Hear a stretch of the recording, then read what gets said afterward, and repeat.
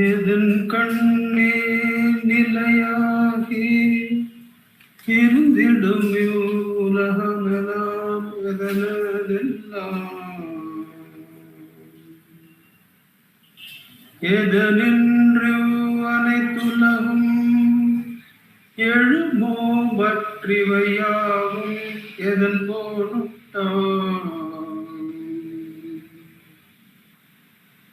எதனாலே வையமெல்லாம் எழுந்திடும் எல்லாமும் எதுவேயாகும் அதுதானே உளப்பொருளாம் சத்தியமாம் அச்சொருபம் அகத்தில் வைப்பான்.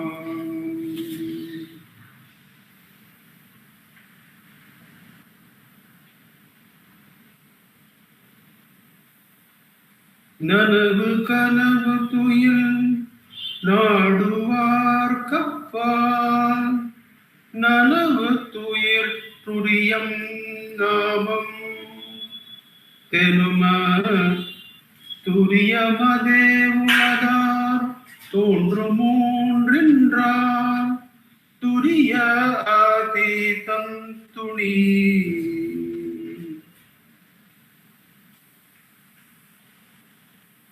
நனவு கனவு துயில் நாடுவார் கப்பால் நனவு துயிர் துரிய நாமத்து எனும துரியமதே உலகார் தோன்று மூன்றின்றார் துரிய அதீதம் துணி.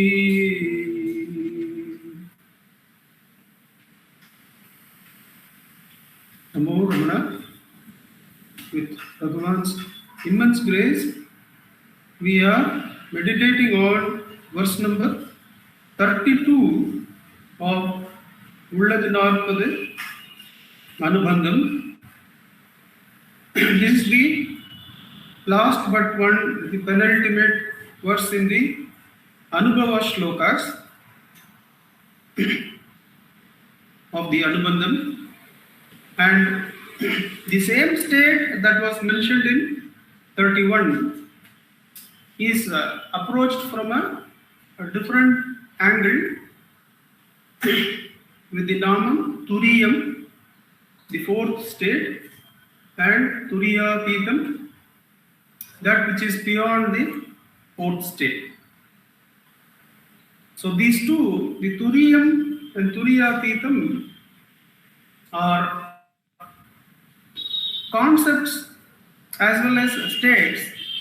As far as they are concepts, there is a lot of discussion, there is a lot of arguments about what exactly is Turiyam and what exactly is Turiya Pitam. And for the word Turiyam, as far as my knowledge goes, the Mandukya Upanishad, one of the primary Upanishads, Mukhya Upanishads,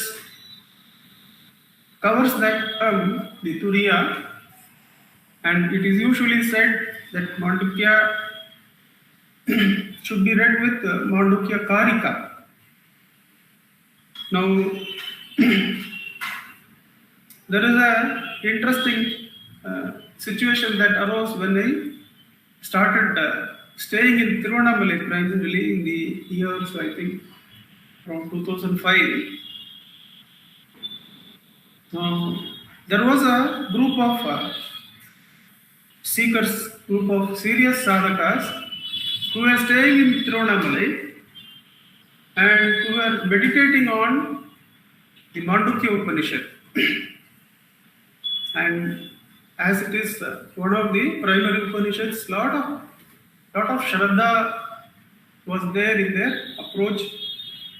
One of those was my friend Maruti, and we would meet each other in the Sadhu mess, where we would go for breakfast and lunch, and he would fall into discussing the Mandukya Upanishad. And somehow I would find the responses suitable from talks with Sri Ramana Maharshi. And he had always assumed that I had studied Mandukya Upanishad very well. He continued the discussions till one day.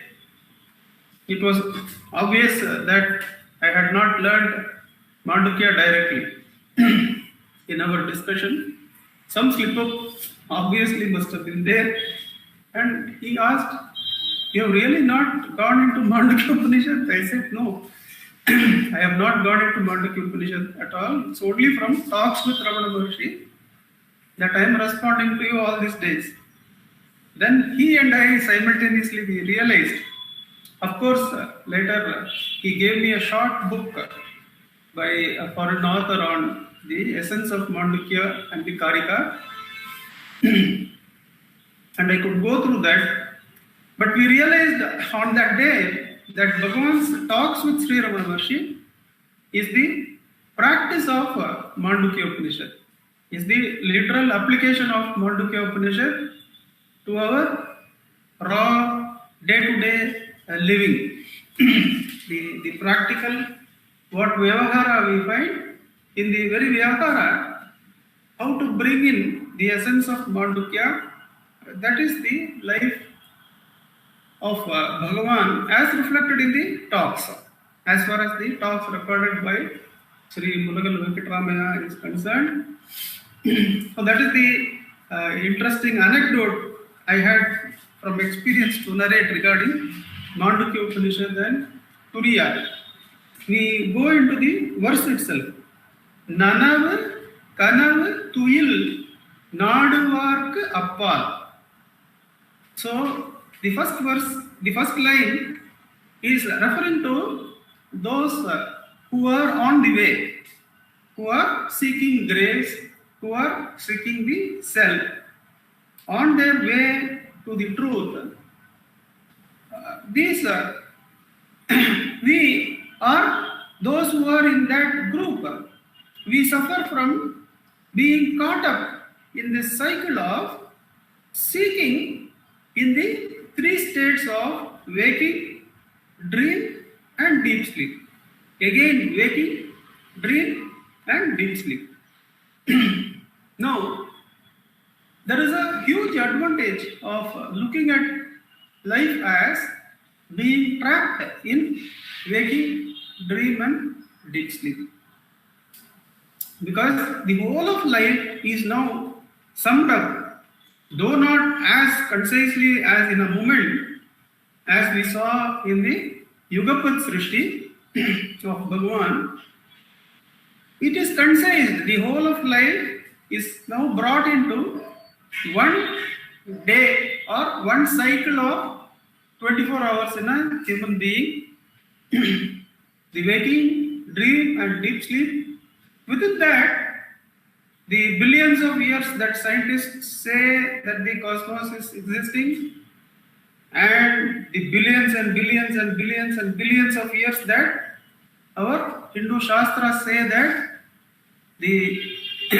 the cosmos has been going in cycles. The yugas have been repeating. And all these, the huge periods of time, including our own lifespan of whatever it is, decades, all that is summed up in just three states. It is merely the repetition of three states. Now, it is very advantageous to see life like this, rather than complicate issues as to what is the cause of my problem. Are these people the cause of my problem? In which year was this problem caused? How am I going to relieve myself of the problem? By removing the cause. What effect will replace my problem situation? Instead of all this, which the verse says is merely being trapped in the three states of Nanavu, Kanavu, Tuyil. Nanavu is waking, Kanavu is dream, and Tuyil is deep sleep. All our ramblings, all our acquisitions, all our feeling proud about what we have, all our feeling lost for being dispossessed of certain things, like good health also. Now, all that is now reduced to merely an enquiry of these three states. The verse by Bhagavan says that all these searches that we have are now only in the three states, that is Nanavu, Kanavu, Tuyil, again Nanavu, Kanavu, Tuyil, like that. And in the Who Am I book, when we go through, in answer number 24, question and answer number 24, the question is about what is happiness. What is happiness? And Bhagavan says, Ulagappurul ondrilavadu sugam enbadu illai. In none of these states, there is real happiness, states Bhagavan. Sugam enbadu Atmavin Sorupame. Atmavam Sugamam Verandru. That means the happiness, real happiness, is the Swaswarupa, is your real form beyond the three states. And that the Atma and happiness that we are seeking, of course, in the preamble to Who Am I, Bhagavan covers that all living beings seek to be happy without a trace of sorrow always. So, that happiness which is without a trace of sorrow and which is Nirantara is only the Atma Swarupa. And Atma Swarupa and that happiness are not two different things. And interestingly, Bhagavan says that those who are in Ajnana and who are outward turned are always in Dukkha only and are like that wayfarer who is searching for something in a faraway place and is walking in the midday sun and being scorched, and in that scorching heat goes and espies a tree with its shade, runs into that, then after some rest is reminded, oh, I have to still cover that minute, and again gets up and goes into the sun and Basavalidu, the Nondu Bendu Basavalidu, the tiredness is absolute when once again he goes back into the tree shade. The reference there is the waking and the dream and the thinking about various things is all running into the scorching heat, the tapa of the sun, of desires which are never going to be resolved completely because phalam ashashvatam, gati nirodhakam. Now that search is in the scorching heat of desires, and having got tired in that two states, having nightmares in dream and getting tired there also, finally get into the deep sleep. That is the rest of that shade. And since it has been entered into unconsciously, Bhagavan says, unconsciously you will be pushed into the waking state, having been given the desired rest, having not gone into deep sleep consciously, you will be pushed into the waking state, again starts the trek in the scorching sun. So that is more or less the indication of Nanavu, Kanavu, Tuyil, Naduvark, Appal. Beyond these those who are seeking still outwardly in the area of the scorching heat of outwardness of the mind, Appal, beyond these three, is the Nanavatuil, is the waking sleep. Waking sleep is what we saw in the previous verse also. There also, Vandi Tuyil Vanukku, Unavudalulle Meiyanikku. So, the one who is aware of the truth and sleeping in the cart of the body was the reference for Samadhi in the previous verse. For Turiyam also, the same reference is only there, that it is the waking sleep, or the difference between deep sleep and waking having been vanquished and both having come together as one. Nanavu, Kanavu, Tuyil, Naduvark, Appal, Nanavu, Tuyil, Turiyam. That Nanavu, Tuyil, that waking sleep, wakeful sleep, or sleepful wakingness, or Ati Jagrat, that is beyond the normal waking, or Ati Sushupti, or beyond the normal Sushupti. All these are names given to Turiya, Samadhi, and all that. But here the approach is different from the previous. There, only Tuyil alone was mentioned. Here, the reference is to the three states and how we go beyond the three. So, this wakeful sleep is beyond the three, is the shade, but conscious shade. This is the entry into the conscious shade where the scorching heat of desires and temporary resolutions and again getting into desires, into phalam ashashvatam, is now removed by wakeful sleep, which is called as Turiya here. Turiya is the fourth state. 1D, sorry, Nanavu Tuyil, Turiya Namat. So that Nanavu Tuyil is called as Turiya, the fourth state. Yenumat, Turiya Made Ulaga. Now, in the fourth, usually we say that the fourth is beyond the three. And now when we come to Bhagavan's teachings, which will be referring again and again to explain Mandukya, the Spurana which Bhagavan refers to, the I, the Aham Spurana which Bhagavan refers to as Akandam. Now, that is Turiyam, because that will easily give us the clue as to how Turiya is the fourth state. At the same time, Turiya is beyond the fourth state also. So, the current Bhagavan in many talks says that some people ask, will the current of I be felt only after the ego is completely erased? That is in the stages of Jnana Bhumikas, that is the Subhecha, the Vicharana, and Tanumanasi. The third stage where the Vasanas have become tenuous, but still the ego strand is still there, where the Vasanas have become tenuous, the Tanumanasi stage, there itself the current of I is felt.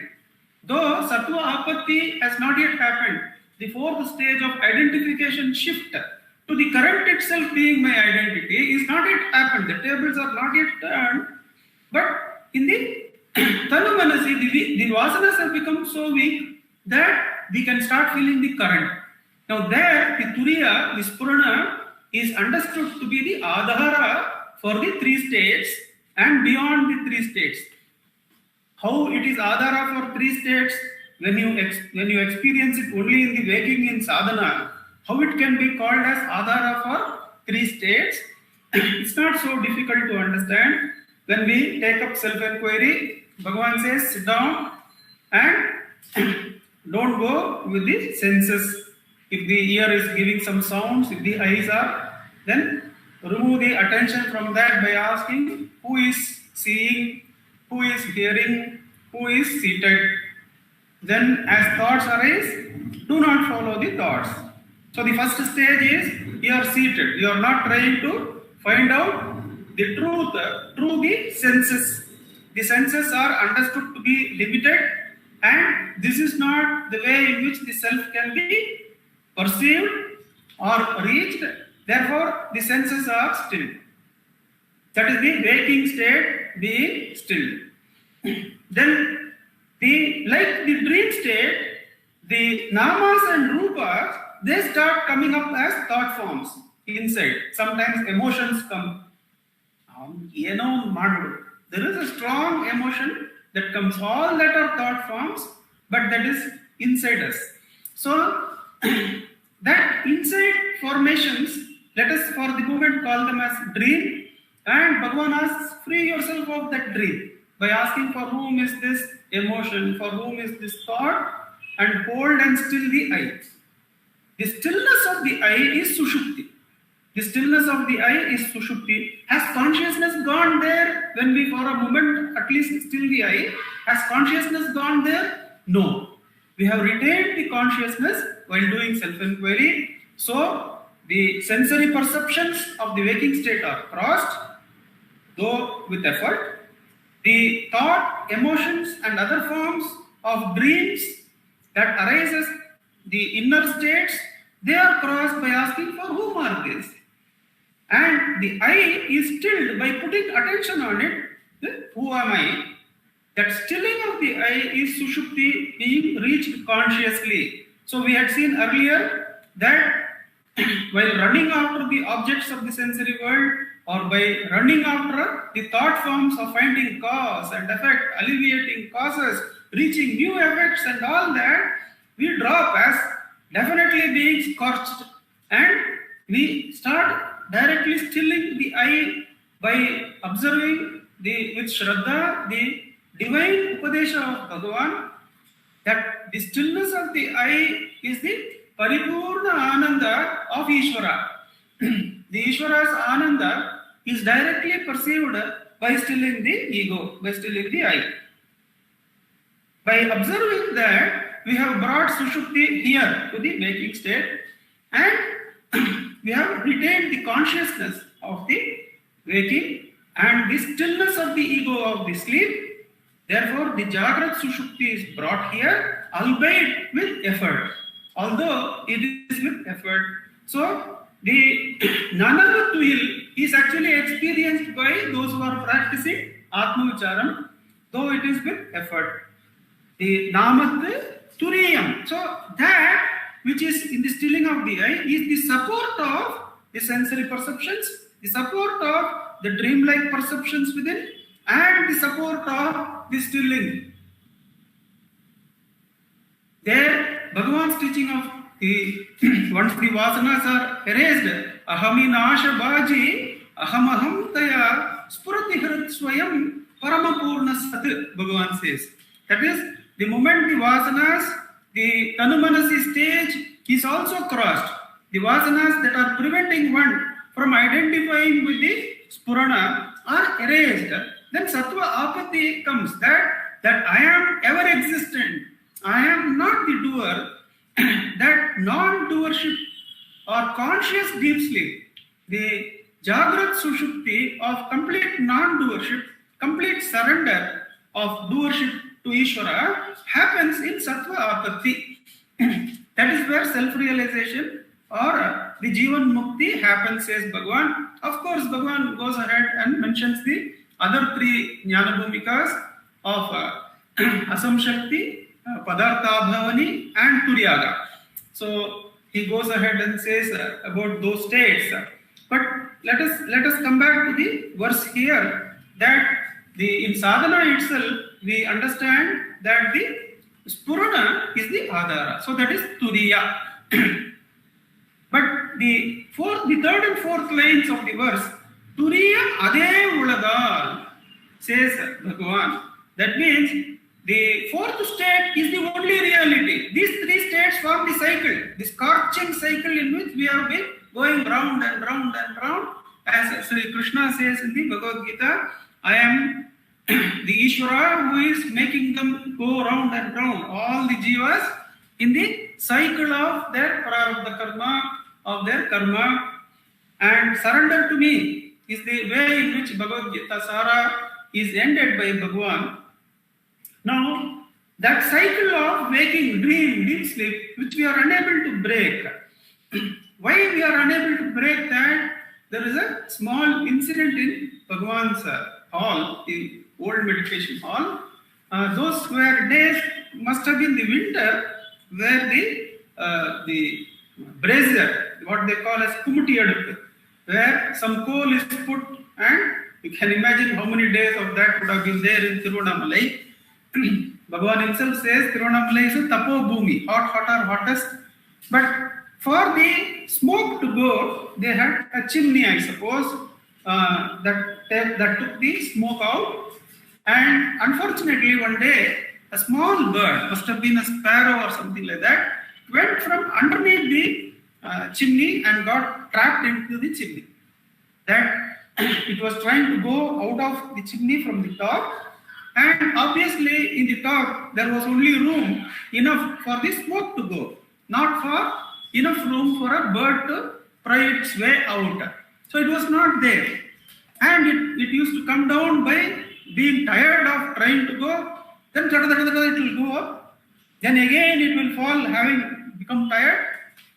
Again it will go, and Bhagavan would say, the jnani is always looking to the self.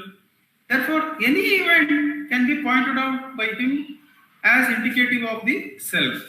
So Bhagavan says, see, this is how the jiva, who is trapped in nanavu kanavu tuyil, is doing. What it is doing? It is seeking the happiness in the wrong direction, in the outward direction. Whereas all the bird has to do is just let it go, be effortless, drop down, come out of the chimney and fly out. That's all it has to do. So the next time when it is tired and comes down, one of you hold it and take it out. Let it not go back into the chimney again. And the jiva by Bhagavan also is asked to go in, dive deep and find the self or surrender. And not to go outwardly like that bird and hit in the chimney and get tired and then come down again, and that cycle is perpetuated. So the nanavu kanavu tuyil naduvar kappal nanavu tuyil turiya namathu enumat turiya made ulladal. The cycle of this nanavu kanavu tuyil is unreal, and the Jagrat Sushupti, where the two, the deep sleep and waking, have been brought together, their difference has been annihilated. That alone is real. Adhe ulladal tondrum mondrum entra. So consider that all the three are not there. This real happiness of Turiya alone is there. Therefore, it can be called Turiya Atitam Turi. So that Turiya itself, in its standalone nature, this Purana, in its standalone nature. In sadhana we saw this Purana can be reached and can be touched and can be held. Bhagavan says to Gambiram Seshayar, in the first work of self-inquiry, first prose work of self-inquiry, Gambiram Seshayar is taught, in the first 2-3 pages itself, he is asked to come up to the point of be still and come up to the point of Purana. Something apart from the thought structure which is broken and discontinuous, and that which is continuous in the form of I will rise on inquiry. Now hold that, hold this Purana. So Bhagavan is asking the sadhaka, hold the Turiya, hold this Purana and be still. Don't ask anything of it. Don't ask anything from this Purana. Just be still. Be like Arjuna. In the day, just few days before the war, in must have been the tradition of the kings of those days, both Arjuna and Duryodhana approach Sri Krishna, and because of his humility, Arjuna is supposed to have seated himself in the feet, at the feet of Bhagavan, and Duryodhana, for obvious reasons, sits on the as an equal by the side of the where the head of Krishna is placed when Krishna is sleeping. As soon as Sri Krishna gets up, he is supposed to have seen the devotee at his feet and inquired, "Oh Arjuna, what have you come for?" And then he incident, "Oh Duryodhana, you have also come." Then he obviously inquires and finds out that they have come for help for the war.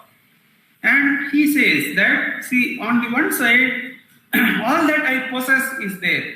On the one side, whatever is my possession, as the crores of weapons and warriors are there, you can take that, Sainya, or you can offer me.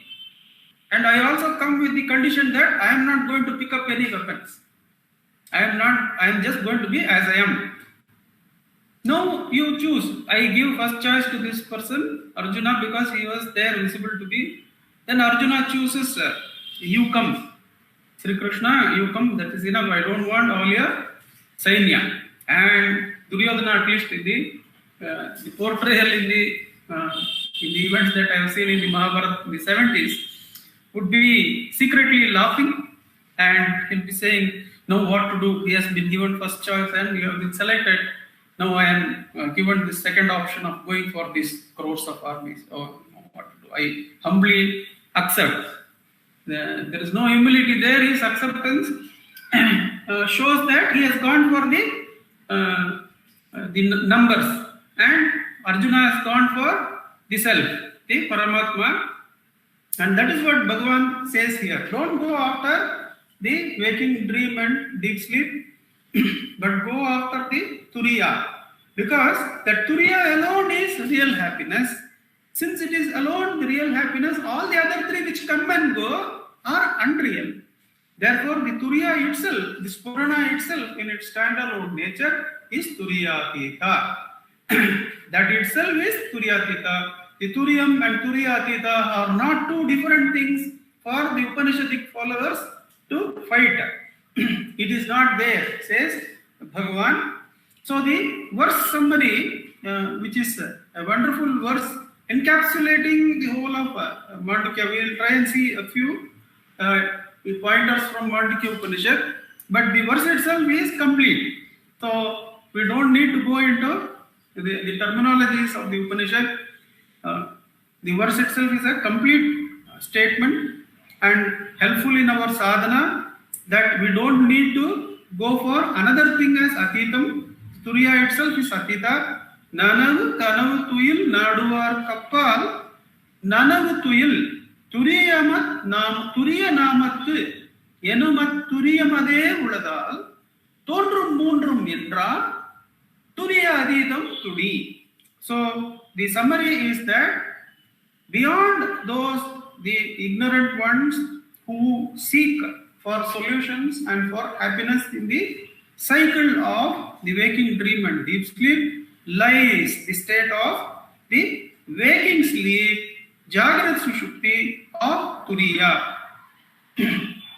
However, since that Turiya alone is real, and none of these three states are real and have real existence, that Turiya in its real nature, and having relegated the three states into absolute non-reality, that Turiya itself stands alone as Turiya Tita, and these two are not two different things. It is the one and the same self that is beyond the three states. That is the summary of the verse. We can go into Mandukya Upanishad a little bit. There is a wonderful download from Swami Krishnanandji of Shivananda Ashram. His writings they have put up as free downloads.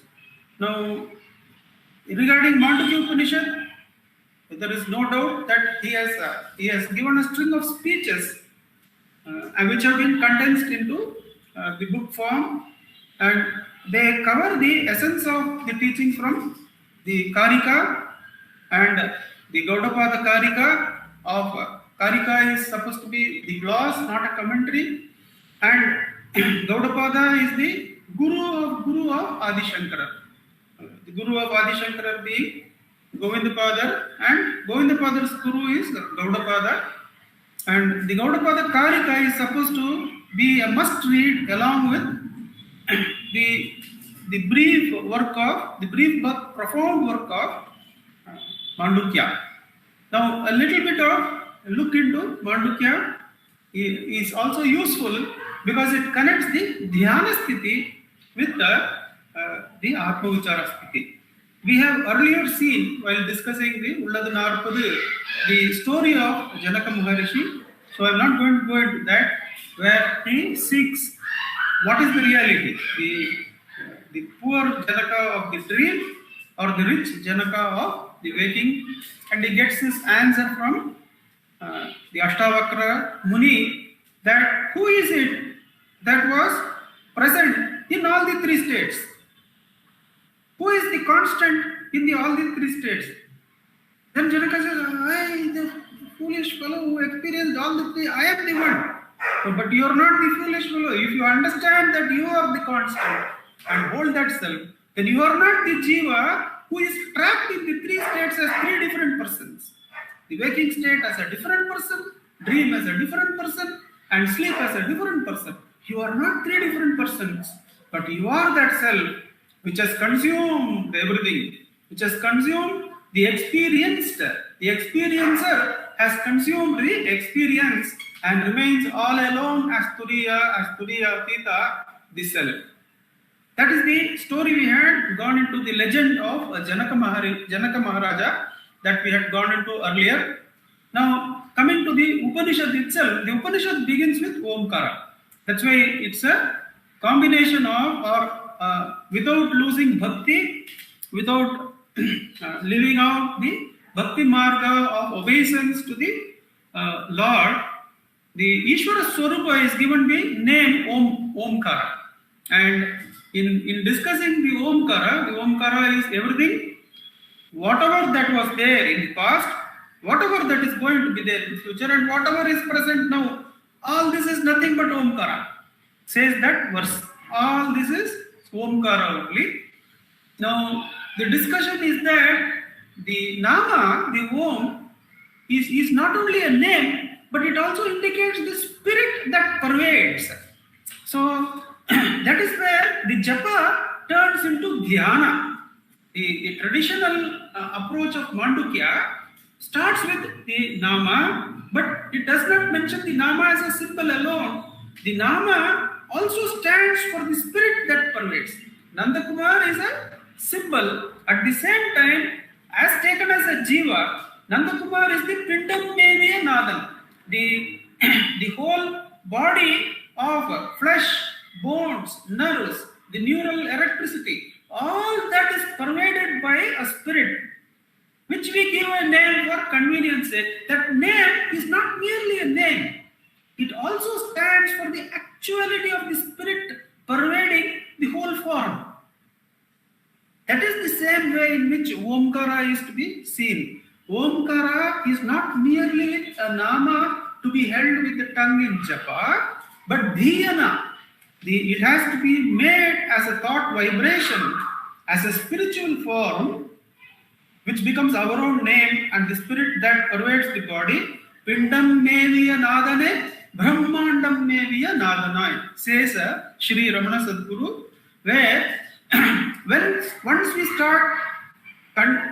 start going from japa to dhyana, the converting it into the spiritual form of buddhi, that the spirit that pervades the buddhi, the subtle part of us, is pervading the whole form and transcending it. They say that that glow can be, the transcendental spirit can be caught in some photographs, they say. I have not gone into that area, but we can easily see that the thought form is now pervading the whole body, including the bones, including the calcium in the bones, are pervaded by the spirit. Similarly, Omkara is not only the Nama of Ishvara, not only all the objective Nama that ever existed, that will ever exist, or that are existing in the Trikala, but it is also the actual spiritual vibration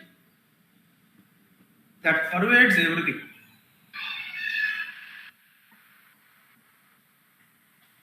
Now from there, the next verse goes on to Atma.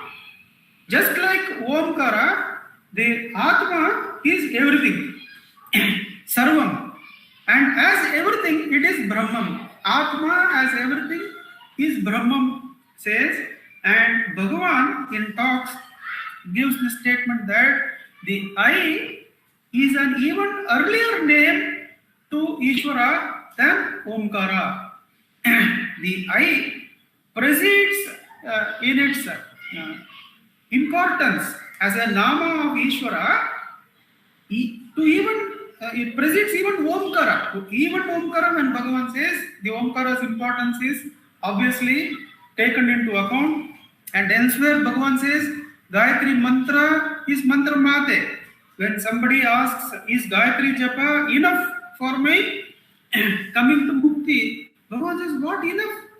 Only those who cannot practice Gayatri go for other mantras. Says Bhagavan, it is mantra mate, he says. Now, that means the dhyana, or the all-pervasiveness of the Ishvara is not thrown away in the Atma-jnana. The Atma-jnana shown in the Upanishad, the Turiya shown in the Upanishad, fully recognize the Prajnana of Ishvaratva. It only says that the self or the Paramatma or the Brahman, it is beyond even that. even the Ishwaratva, Prajnana Ghanatva of the deep sleep, the self is beyond even the Ishwaratva. Not that Ishwaratva has been not recognized by the Upanishad. On the contrary, it has been recognized in all its importance by bringing the importance of Omkara and then taking up the importance of the Atma. That is from where the Atma's four states or the four padas or the four states are discussed in the Upanishads. The four states of the self. The self is now looked upon as the individual self and the cosmic self. And the individual self stands for the Pindam Meviya Nathan, and the cosmic self stands for the Brahmandam Meviya Nathan. And in the waking state, the individual is called Vishwa, and the cosmic form is called as Virat or Vishwanara, and that includes all the forms that one can see, and that is supposed to be the Virat Swarupa Darshana that is given to Arjuna. And Bhagavan says there also Arjuna is told, see what you desire to see. And for that the Divya Chakshu is supposed to have been given to see the Virat Swarupa of the Ishvara in the waking state. So that is Vishwanara. There are some parts given in that verse, 7 parts for Ishvara, 19 parts for the Jiva, which are all the parts are pervaded by the spirit. So we can go with the spirit. And in the dream state, the Jiva is called as Taijasa, and the Ishwaratva is called as Hiranyagarbha. That in which the whole creation is going to be, that is the womb of the whole creation. The creativity lies in the Hiranyagarbha Sthiti. And those who talk of creative writing, creative thinking, creative invention, all those go from Hiranyagarbha to the Ishvara of Prajnanagana, where the Jiva doesn't know. That is in the deep sleep. In deep sleep, the Jiva is called as Prajna, and the Ishvara is called as Ishvara or Prajnanagana, the denseness of consciousness beyond the name and form. And we find all these scientists, the philosophers who say, I don't know, or Socrates who says, I know that I do not know, which Bhagavan recognizes as not ignorance. When Socrates says, I know that I do not know, that's not ignorance, says Bhagavan. And one wonders when we come to that in talks, but that wonderment is gone when we understand the Mandukya Upanishad. In Mandukya Upanishad, the third pada of the self is the deep sleep, where the individual is called as Prajna and the Ishvara is called as Ishvara or the Prajnana Ghana. There this Socrates comes and he says, I do not know, and I know I cannot know the Prajnana Ghana. The individual cannot know that which is dense oneness of everything. The separate I can never know. It has to lose its separateness to find in the Prajnana Ghana. Whereas Bhagavan's teaching and the Upanishadic teaching of Mandukya goes beyond the Prajnana Ghana, where the individual has to say clearly that I do not know, or I know that I do not know. Both these, knowledge beyond ignorance, both are crossed into the Turiya, where the self alone is, where all the three states, the waking state, where the individual is the one who is permeating this body, the mind, the breath complex. The cosmic form is the Virat, that which is permeating the trillions of light years across in the cosmos. It is the same spirit. When Ganapati Muni says, Jagat Aham Para, Jagat Aham Para, all the three are shining in me as one, as I. Jagadaham Para Spurati Metrayam. Inside me, all the three are shining. And later on he says, Oh Bhagavan, with your grace, I will be able to find that heart, that Spurana, that I, where the Jagadaham Para, the world, the Jiva and the Ishvara are together shining as I, the Turiya. Jagadaham paras purati metrayam. So that without samshaya, one can go there. With Bhagavan's grace, says Ganapati Muni. With Bhagavan's grace, we do self-inquiry. Definitely by Bhagavan's grace, we will be able to identify with this Purana, the Turiya. So the three states of the individual and the cosmic form, there are descriptions and discussions about each of that, and there are so many byproducts, by-learnings from all of them, all gems. Those who are interested in that kind of knowledge can go in.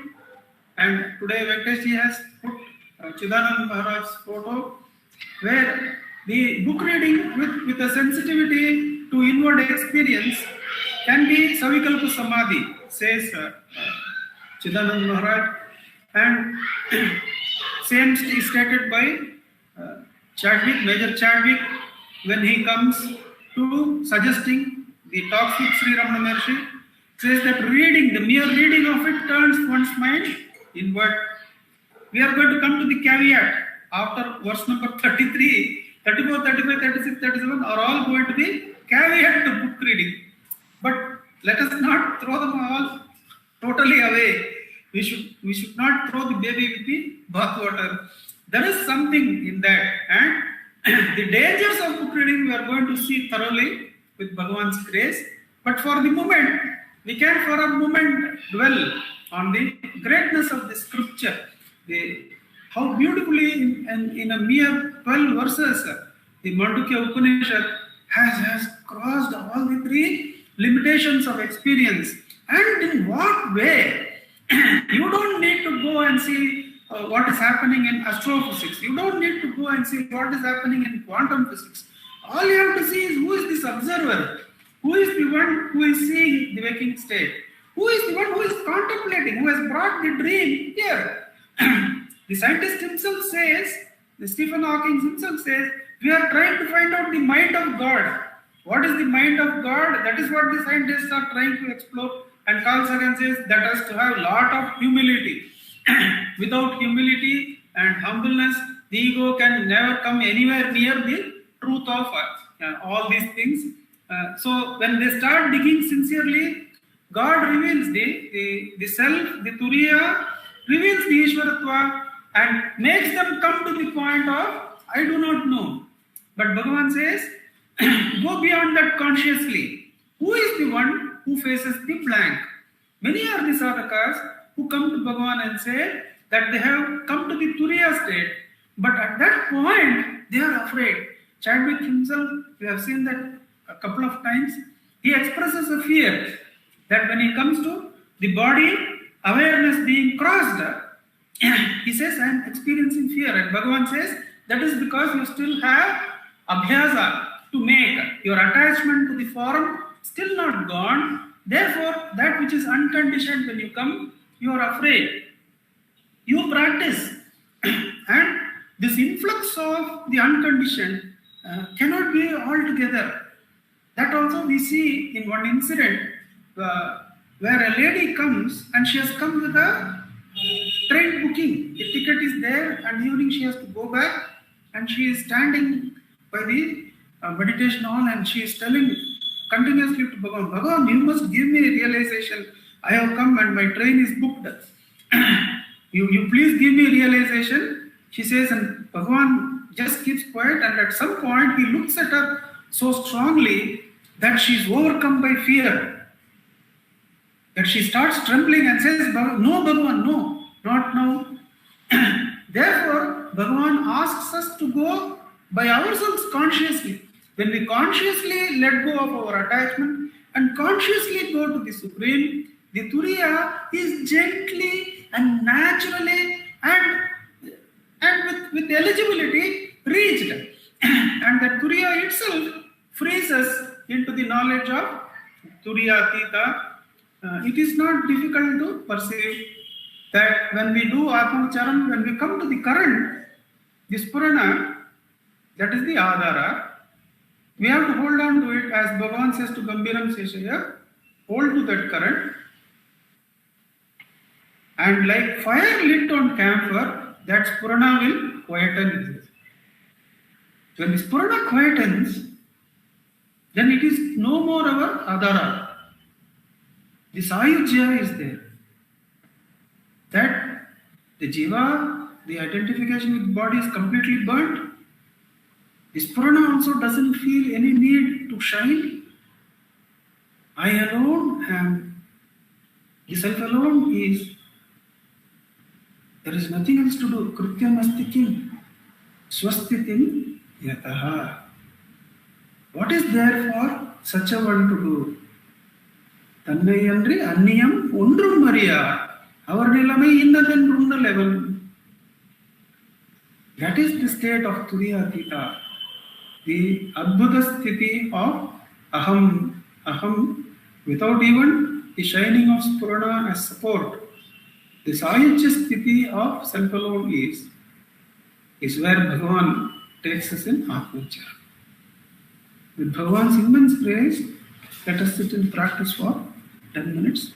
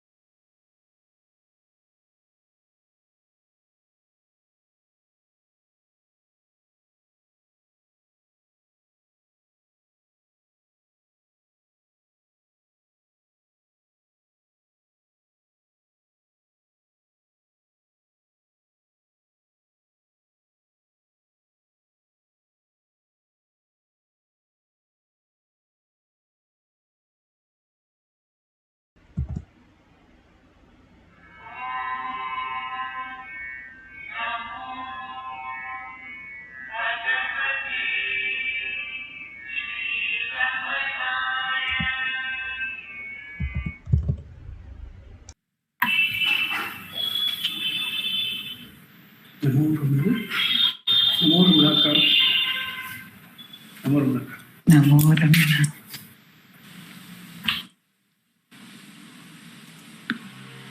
Prostrations to Ramana, shining as the self in all beings.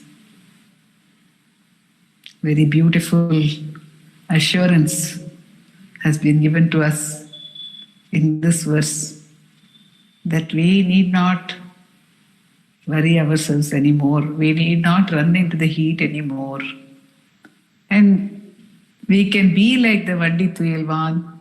We can simply sleep, the sleep of bliss, and we will be taken wherever we need to be taken. And where are we? And what was brought out very clearly today is that if we are making any effort, we can ask ourselves, in which realm am I making this effort? In which realm am I seeking this? If I'm seeking it in waking, then it's no use, because that's not where it is. If I'm seeking it in the dream, then it's no use. If I'm seeking it in sleep also, it's no use, because it is not conscious. That's what it is saying, the verse is saying, that's what Nanda Kumarji brought out to us. Where are we searching for it? We are searching for it in waking, dream and sleep. So if we are searching for anything in any of these areas, it is futile. So as and when the mind arises searching for anything, we can ask ourselves, where am I searching for this? Am I searching for it in any one of these three states? And how can I search other than in these three states? That's also one thing which is pointed out, that if we stop searching in these three states, we will get to the point of silence, that beautiful silence, not only the bliss of our not doing anything or not seeking anything. Very often Nanda Kumarji tells us, and today also he has repeated, not seeking anything from the self. That was very beautifully brought out through the instance of Mahabharatam, where Krishna says, I am not going to do anything. I am not going to wield any weapon. That means to say, I am not going to play an active part. Because in a war, wielding the weapon is considered to be playing an active part. Recently, I was going through one of the mananams of Nanda Kumarji on talks. I think it is talk number 105 or 106, I am not sure. And a question is raised in that context when they have a discussion, which he puts for our, for our understanding also. And the question is, what is the use of this self, which is not going to do anything? It is neither going to do good nor bad. It is beyond both. So it's not going to do good, it's not going to do bad. What is the use of this self? And very straightly he has replied, yes, it is useless being. So useless, absolutely useless. And my professor used to say, but he used to make a distinction, He used to say, Bhagavan's verse is there in Upadesha Saram, Panileni Vadu. In the Telugu version, he says, Panileni Vadu, one who has nothing to do. And my professor was a Telugu person, Telugu speaking, his mother tongue was Telugu. He said, Pani leni vadu, paniki rani vadu kadu. Paniki rani vadu kadu, pani leni vadu. Useless is paniki rani vadu, one who is of no use. But here he is one who has nothing to do, because that is the phrase krita kritya. Everything that needs to be done has to be done. There's nothing to be done, nothing left to be done, nothing further to be done. And that is the beauty of Krishna, who is there without wielding the weapons. And what a power he is. So if we look at the Mahabharatam, it is enough for us to see this underlying significance of the fact that without the other of the self, what can happen? What can be done? Nothing can be done. To the extent that even Gandhari, it is said that before the war, Duryodhana went and asked Gandhari, please say that I will win the war. If you say, it will come true. Just one word from you has so much of power. Just now, I am going now for the battle. Please say that I will be victorious. And it is said that she says, only where Krishna is, there victory will be. Only where Krishna is, there victory will be. So, my dear boy, I cannot say it. Though she has so much of moha for her son, she is aware, and afterwards she curses Krishna also. But it is so difficult to understand the beauty of being, the beauty of the self. But it is so marvelous. In another conversation recently, one of the devotees was saying, she was referring to Nanda Kumarji relentlessly saying only the truth alone is coming back to self-inquiry, no matter what the difficulty, no matter what the problem faced. And she said it is like Tandayul Arivu Vaittar. See, Muruganar Swami says, oh Bhagavan, you have kept love in the mother and knowledge in the father. So, self-inquiry being knowledge, she was saying, Tandayul Arivu Vaittar, like a father, he will reiterate knowledge. And I said, there cannot be greater love than that which insists on our getting the highest. That love of Bhagavan, which does not compromise at all. See, compromising is less of love, because when you compromise, you are allowing the children to get less than what is their potential. And that is the arivu, that is the love of the father. If it is arivu, it is that love which does not want the children to get anything less. Bhagavan does not want us to suffer in the heat. I remember there was one incident in Bhagavan's Sannidhi where one of the devotees decided to meditate in the afternoon on the hill. Imagine that Arunachala, but Bhagavan did not say anything.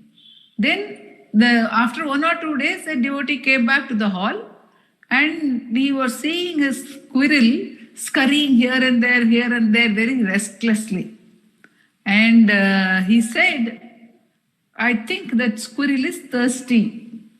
Then Bhagavan said, if you feel so much concern for the thirst of the squirrel, what will be the concern of the Sadguru when a devotee is sitting somewhere unnecessarily burning in the heat of the sun? Unnecessarily burning. You see, otherwise, what is the purpose of Bhagavan keeping the body? Any Jivan Mukta, without any purpose, absolutely useless, but keeping the body, for what purpose? No, out of pure love. So that is the beauty of the verse, that this is available to us. So we can ask ourselves at all points of time, where am I searching? Why am I searching here? Why am I searching here? And there is, of course, a humorous incident with reference to searching where it is not. Some people attribute it to Nasiruddin Hoja, and there are some other similar stories are there. Most of these stories have similar versions, 2-3 versions. The point is, Nasiruddin Hoja was searching in the street, and under the street lamp, he was searching for something. And somebody came along and said, Hoja, what are you searching for? Actually, I lost a small key. I lost it. It's a very small key. It's an important key, but I've lost it. Okay, let me help you search. So then another third person came, fourth person came. They were all searching. After that, somebody asked, Hoja, whereabouts did you lose the key? Do you remember whereabouts you lost the key? Hoja said, inside my house. Then why on earth are you searching here? Because there is light only over here. There's no light in my house. So what happens? We are used to that light the externalized light, where we can see results. Even deep sleep, even going into deep sleep for us is the seeking of a result only. We want rest. We don't go into it because it's our nature. We go into it thinking it will give us some fuel to come back and do some work.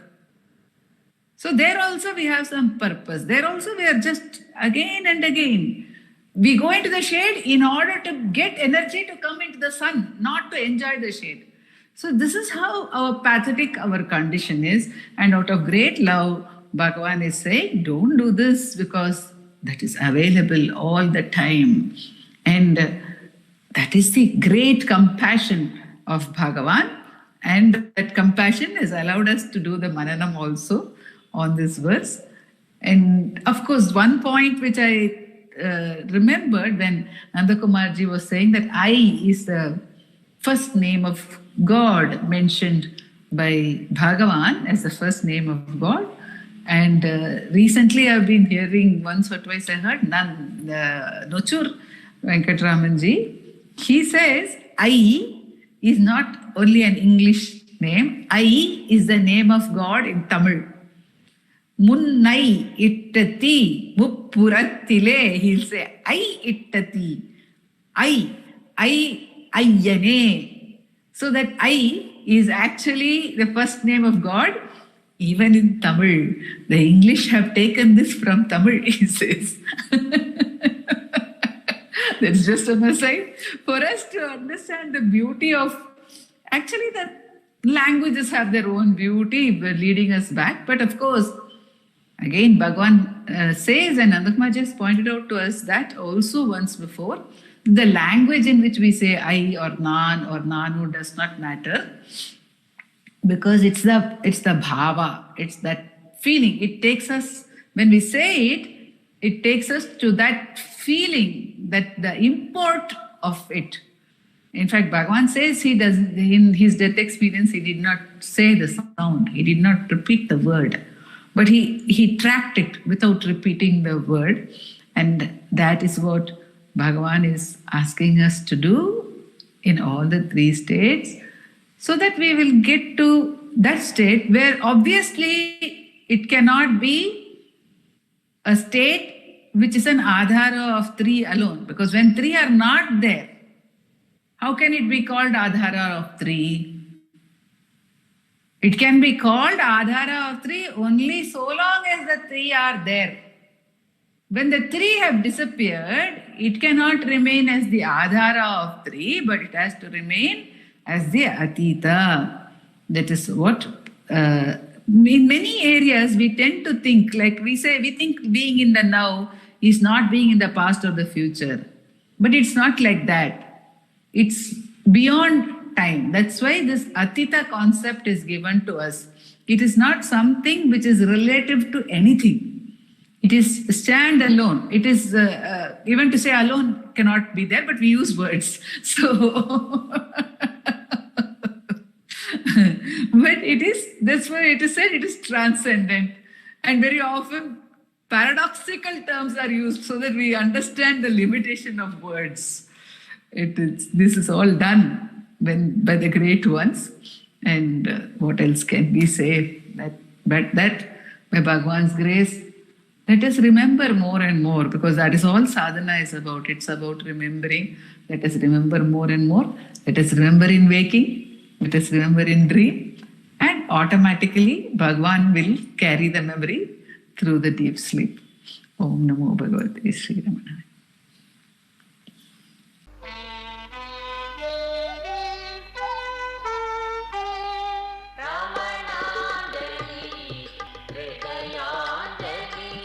Ramananjali, Ramananjali, Ramananjali.